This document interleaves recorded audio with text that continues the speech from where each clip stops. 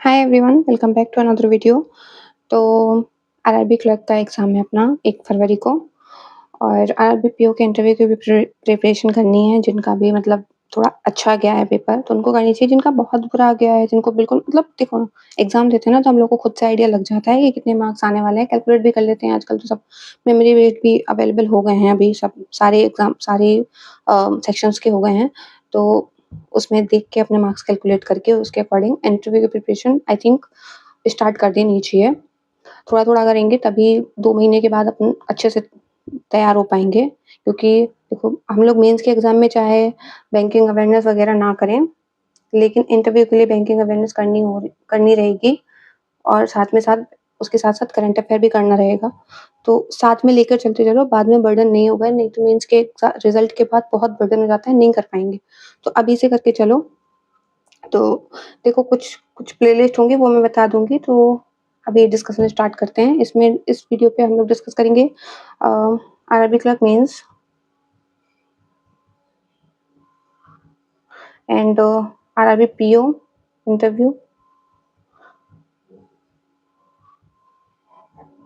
तो इसके बारे में डिस्कशन करेंगे कि प्रिपरेशन कैसे करनी है, मैं कैसे कर रही हूँ, कैसे मैनेज करना है। सो उसके बारे में डिस्कस करेंगे। देखो मेरा भी एक्सपीरियंस आज फर्स्ट टाइम ही होगा, तो इतना मुझे भी एक्सपीरियंस नहीं है। जितना मैंने रिसर्च किया है और जितनी मुझे जानकारी है उसके हिसाब से मैं हेल्प करने की कोशिश करूँगी। जैसे मैं खुद कर रही हूँ मैं वही वही बताऊँगी, कुछ ऐसा नहीं बताऊँगी कि बहुत मतलब अलग से बता दूँ, ऐसा कुछ नहीं है। जो मैं करूँगी मैं वही बताऊँगी। और इसके अलावा हम लोग बात करेंगे आरबीआई असिस्टेंट के बारे में। जो भी लोग भरना चाहते हैं या देखो अभी फॉर्म तो नहीं आया है, लेकिन उसमें क्या कहते हैं न्यूज़ है कि आ जाएगा। अब आ जाएगा तो जब आएगा तब तो स्टार्ट नहीं करेंगे ना, क्योंकि इसकी कट ऑफ बहुत हाई जाती है प्री की। प्री की कट ऑफ 95 के अराउंड जाती है। तो अगर अभी से प्रिपेयर नहीं करेंगे तो नोटिफ़िकेशन के बाद इतना टाइम नहीं रहेगा कि हम लोग इतने अच्छे लेवल पे पहुँच पाएँ, और अभी अपन लोगों की प्रीलिम्स की प्रैक्टिस को छूटे हुए भी काफ़ी दिन हो गया है। तो उसके बारे में भी बात करेंगे। ठीक है, तो डिस्कशन स्टार्ट करते हैं। सबसे पहले आरआरबी क्लर्क के बारे में बात कर लेते हैं। ठीक है, पहले इसके बारे में बात करें। सबसे पहले जीए सेक्शन के बारे में बात करते हैं, क्योंकि उसी का सबसे ज़्यादा इश्यू होता है। जीए सेक्शन के बारे में बात करें तो देखो, जिन लोगों ने अभी तक के किए हैं जीए, मतलब आईबीएस क्लर्क मेंस दिया है या आरआरबी पीओ मेंस दिया है, एसबीआई क्लर्क मेंस दिया है, तो उनका नवंबर तक का, एटलीस्ट अक्टूबर तक का या हाफ नवंबर तक का तो कवर होगा। अक्टूबर-नवंबर तक का तो कवर होगा। तो उन लोगों को दिसंबर भी करना रहेगा। ठीक है? तो अभी इतना कर सकते हो कि अभी रेगुलर का ज़्यादा टाइम नहीं दो करंट अफेयर पे, 1 घंटे दो, 1 डेढ़ घंटे, और उसमें अपना कवर करने की कोशिश करो। ये पुराना नहीं करो अभी, पुराना रिवाइज़ करना जब थोड़ा पास आ जाएँगे, मतलब 10 दिन बचे मेंस एग्ज़ाम में, तो उससे पहले से इनको फिर उठा लेना, तो इनको भी रिवाइज़ करते चलना साथ में। अभी ये वाला जो बच गया है नवंबर-दिसंबर का, वो वाला कर लो, करते चलो, मतलब रोज़ के 1 डेढ़ घंटा लेके।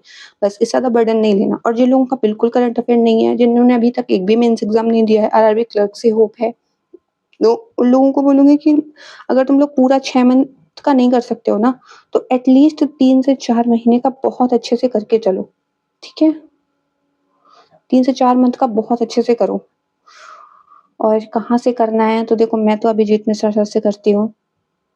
तुम लोग चाहो तो वहाँ से कर सकते हो। करनी है उनकी सारी की सारी पीडीएफ अच्छे से अच्छी, मतलब क्वालिटेटिव, उनका जितना भी उनका मटेरियल है सारा उनके टेलीग्राम पे अवेलेबल है, तो वहाँ से तुम लोग सब कुछ ले सकते हो, ठीक है? और मंथ वाइज़ भी उनकी वीडियोज़ पड़ी हैं, तो वहाँ से भी रिवाइज़ कर सकते हो साथ में।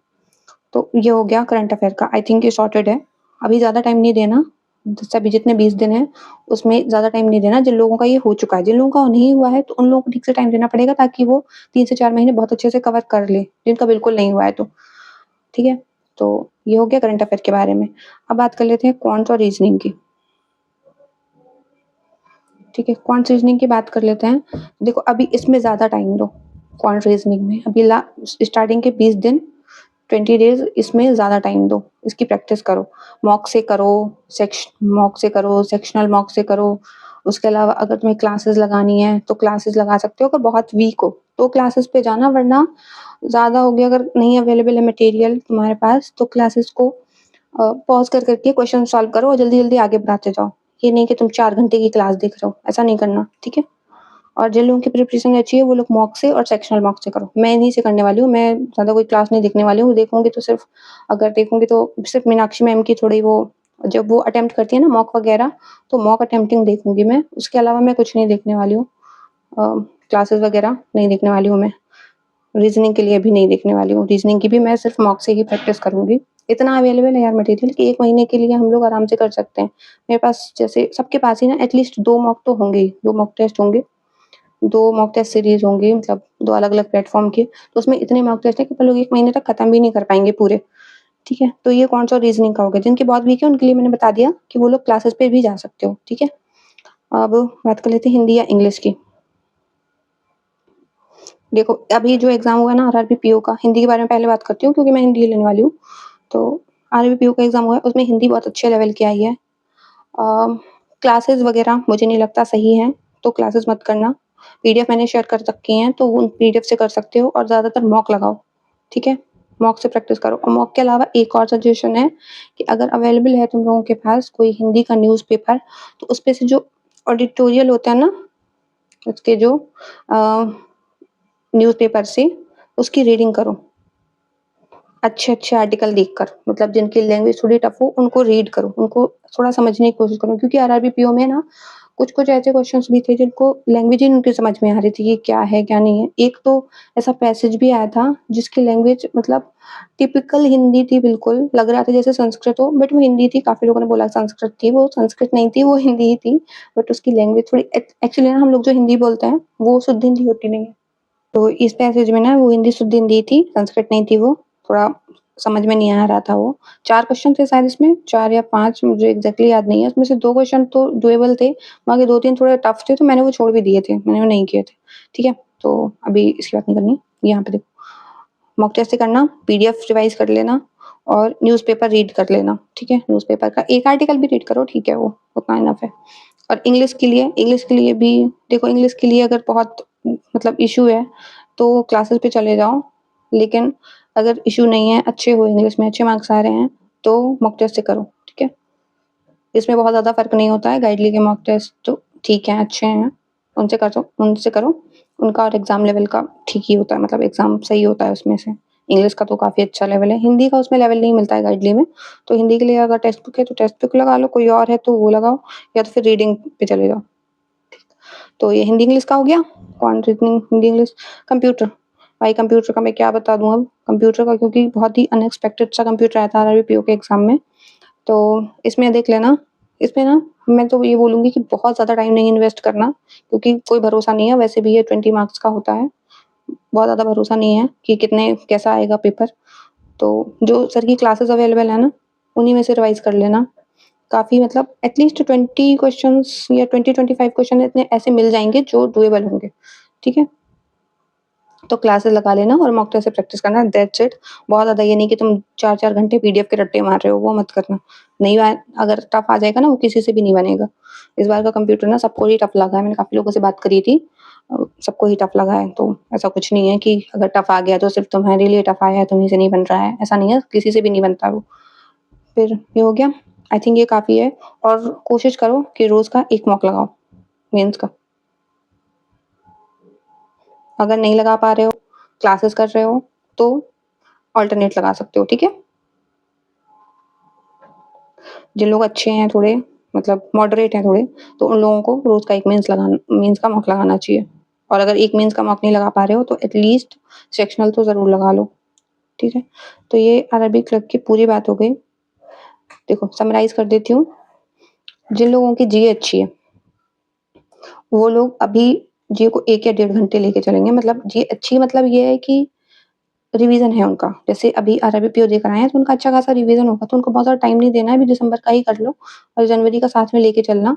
तो 15th ऑफ जनवरी तक कर लेना, उसके बाद एग्ज़ाम हो जाएगा या रिज़ल्ट आ जाएगा, उसके बाद जीए में अच्छे से शिफ्ट हो जाना। अभी ज़्यादातर फ़ोकस करो हिंदी, इंग्लिश जो भी है, उसके बाद क्वांट्स, रीज़निंग इस पे ज़्यादा फ़ोकस करो और कंप्यूटर की रेगुलर 1 क्लास लगाते चलो, दैट्स इट। ठीक है? हो गया? आई थिंक ये समराइज़ हो गया है। और अगर हो सके तो अल्टरनेट या रेगुलर पे मॉक लगाते चलो मेंस का। बहुत ज़्यादा टाइम नहीं लगेगा और बहुत ज़्यादा ऐसा बर्डन भी फ़ील नहीं होगा क्योंकि क्लेरिकल का मेंस का मॉक है, ठीक है? तो ये हो गया। उसके अलावा और अगर जिनका ऐसा भी है कि जिनके मार्क्स या उनके कैलकुलेटेड मार्क्स बहुत कम आ रहे हैं आरआरबी क्लर्क प्रीलिम्स में, जिनको ऐसा लग रहा है कि हमारा नहीं निकलेगा, तो आई वुड सजेस्ट कि अगर तुम एज क्राइटेरिया में तो होगे अभी, तो आरबीआई असिस्टेंट के लिए उनके मेंस के मॉक लगाते चलो। ठीक है?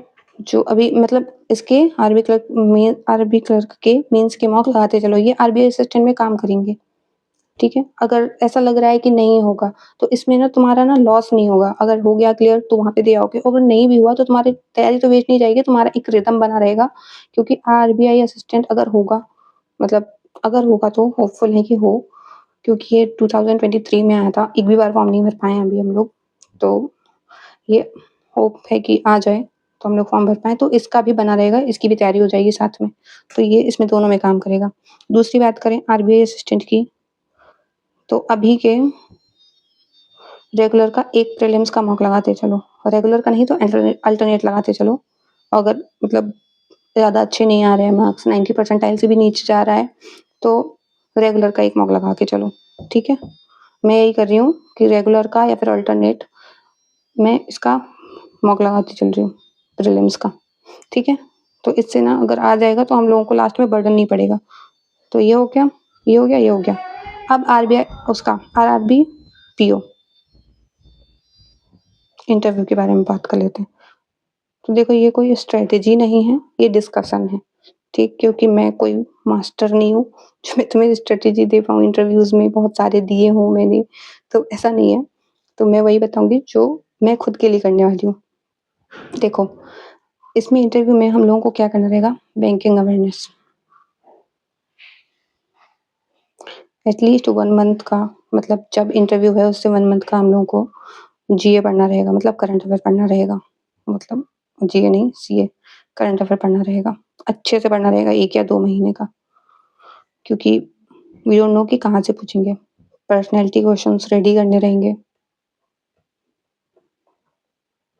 जो भी हम लोग अपने इंट्रो वगैरह में बोलने वाले हैं वो, और उसके अलावा जो भी मतलब हम लोगों से रिलेटेड क्वेश्चंस बन सकते हैं वो रहेंगे। उसके अलावा हम लोगों की